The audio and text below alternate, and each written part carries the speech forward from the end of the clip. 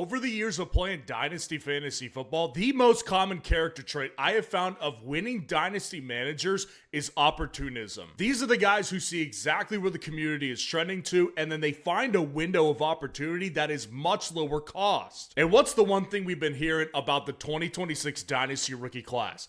After the first 5 to 6 guys, it becomes a complete free-for-all. So we're going to go through a genius 2026 Dynasty rookie draft strategy that I haven't heard anybody else talk about. So make sure to go down there, drop a like on the video, and subscribe to the channel to show your support, because this is a very new channel for Dynasty, and I've got a 50 like goal on this video. So I want to get into something that I think is very relevant to this type of video. First off, I want to go back to the 2021 Dynasty rookie class and work our way up and find out how many guys in each class out of the first 12 picks in ADP actually had a top 5 ceiling. Now, first of all, you might say, Ryan, top 5 ceiling is pretty aggressive when we're trying to identify if a player hit. What about top 15 finishes? What about top 10 finishes? I'm actually pretty happy with getting that at the 105 to the 107.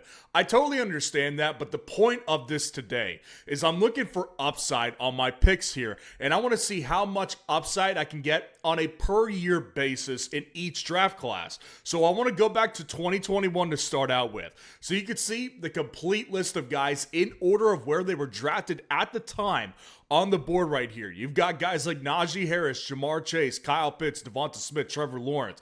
That's actually a really strong class when you look back on it, right? There's been several guys who have had top 10 finishes, let alone top 5 finishes in that draft class. Now, when you're looking at the guys who have had top 5 finishes in that class, you can see guys like Najee Harris, Jamar Chase, Kyle Pitts, and Trevor Lawrence have had 5 top 5 seasons. So that's 4 out of the top 12 picks that were able to have top 5 finishes. And Kyle Pitts and Trevor Lawrence just had their top 5 finishes this past season. So if I were to do this video a year ago, it would only be 2 of the top 10 guys, 2 of the top 12 guys rather. So based off 2025, 2 more guys got added to the list to give us 4, which is good. That's a good number right there, because then we look at 2022 and you see Breece Hall, Drake London, Kenneth Walker, Treylon Burks, big whiff, Chris Olave, Garrett Wilson. A lot of these guys, again, pretty solid Dynasty players, but how many of them were top 5 finishers? Now, in this class, we had Breece Hall in 2023 do it. We had Drake London in 2024 do it. And George Pickens just did it in 2025 for a top 5 overall finish in their respective position category.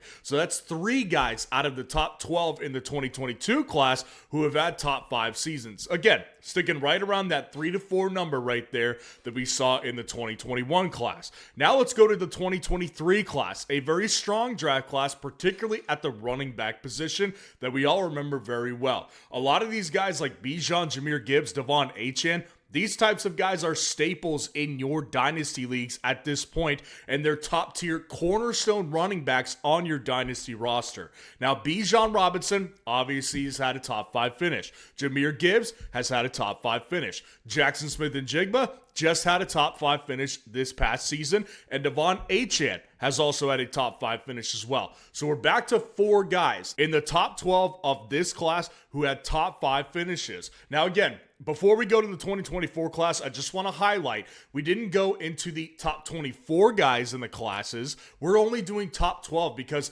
that shows us what the real upside and how tuned in we are as a community to the value of those guys before they're even on the field at the NFL level. Now let's go to the 2024 class. Now the 24 class, I would also add this, still probably a little too premature. I would say the 24 and the 25 class, they still need room to grow, but we already have had 4 guys out of that class finish as top 5 guys. We've had Brock Bowers in his rookie year, Caleb this past year, Jaden Daniels in his rookie year, and Brian Thomas Jr. in his rookie year have had top 5 seasons. Now, the reason I'll add, I don't think we've seen the best of the class really do their best yet is because guys like Malik Neighbors, they had a top 7 season in his rookie season. But this past season, obviously, he gets injured. So it's like, I don't think any of us feel like we've seen the best of Malik Neighbors. I personally would also throw Rome Odunze in that category. I really do think he has top 5 upside this season, so this list may go to 6 players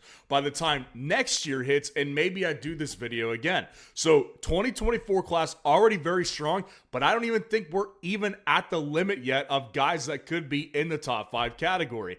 Now 2025, we'll go over it really quick, but again, it's way too early to judge this class. They just had their rookie seasons, so we're not holding anybody to the fire on this class in particular. But in 2025, one of these guys had a top 5 finish, and it was actually Tyler Warren. You thought of guys like Ashton Genty, who had a really good season, but he wasn't sniffing top 5. Amarian Hampton, Travion Henderson, they've got upside, didn't do top 5. Tet McMillan obviously didn't do top 5 either, but I think a lot of us kind of agree those particular guys have top 5 upside. Whether or not they do it this year, that's beside the point. I think the point is that they have upside, but we've only seen one guy do it so far. So what's the point of me going through all that stuff when I'm talking about the 2026 class? The point is that on average, 4 guys per class have had top 5 upside over the last 5 seasons or so. So what the bottom line is that if you have a top 4 pick in the 2026 class, you stick with that pick. Do not trade out of that pick because you do have top 5 upside within that pick range. But in this class, there is a massive, and I'm talking massive teardrop after guys like Kenyon Sadiq and Fernando Mendoza. And I think everybody's on the same page with that teardrop. It's pretty significant. And what happens is it really becomes a free-for-all. You know, a lot of guys will believe in Casey Conception in the first round. A lot of guys will believe in Omar Cooper Jr. in the first round.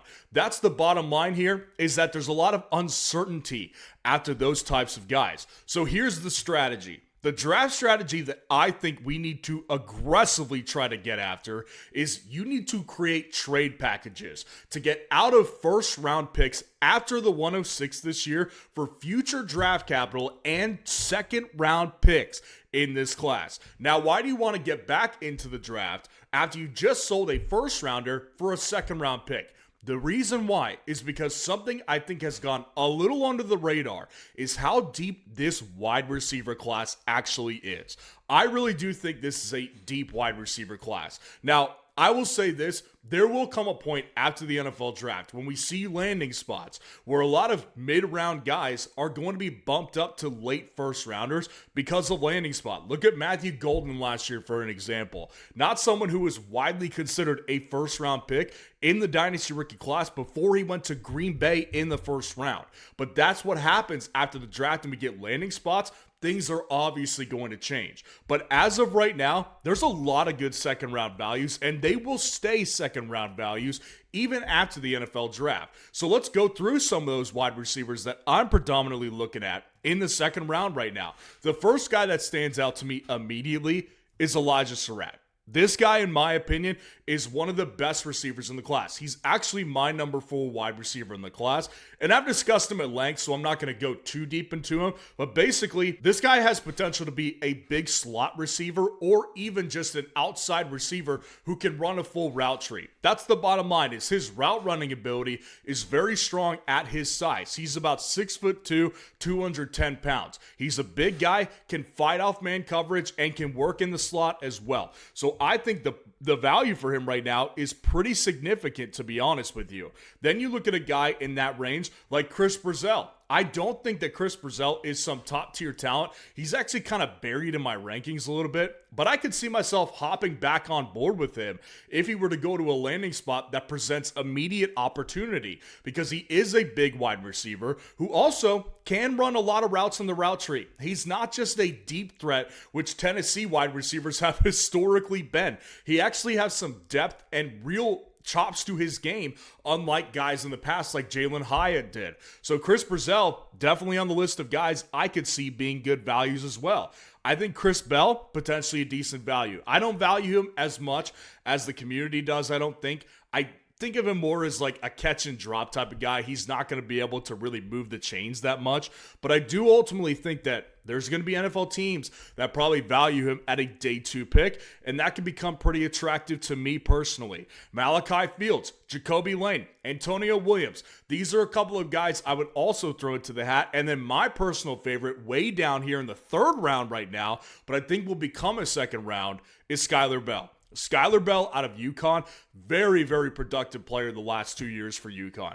Very, very productive. And I believe he has the chops from a physical standpoint and from a route running standpoint to be somebody's number 2 wide receiver. So the point is that I really do think there's a lot of values here in the 2nd round that are going to be there after the NFL draft when your dynasty rookie draft is actually happening. For you to be able to go out there and sell off a middle tier player in dynasty, somebody like a Javonte Williams, maybe not middle tier player, but someone who's probably worth a 1st round pick in the future, and maybe you could add something else to the pot to get a 2nd rounder back in this year's class.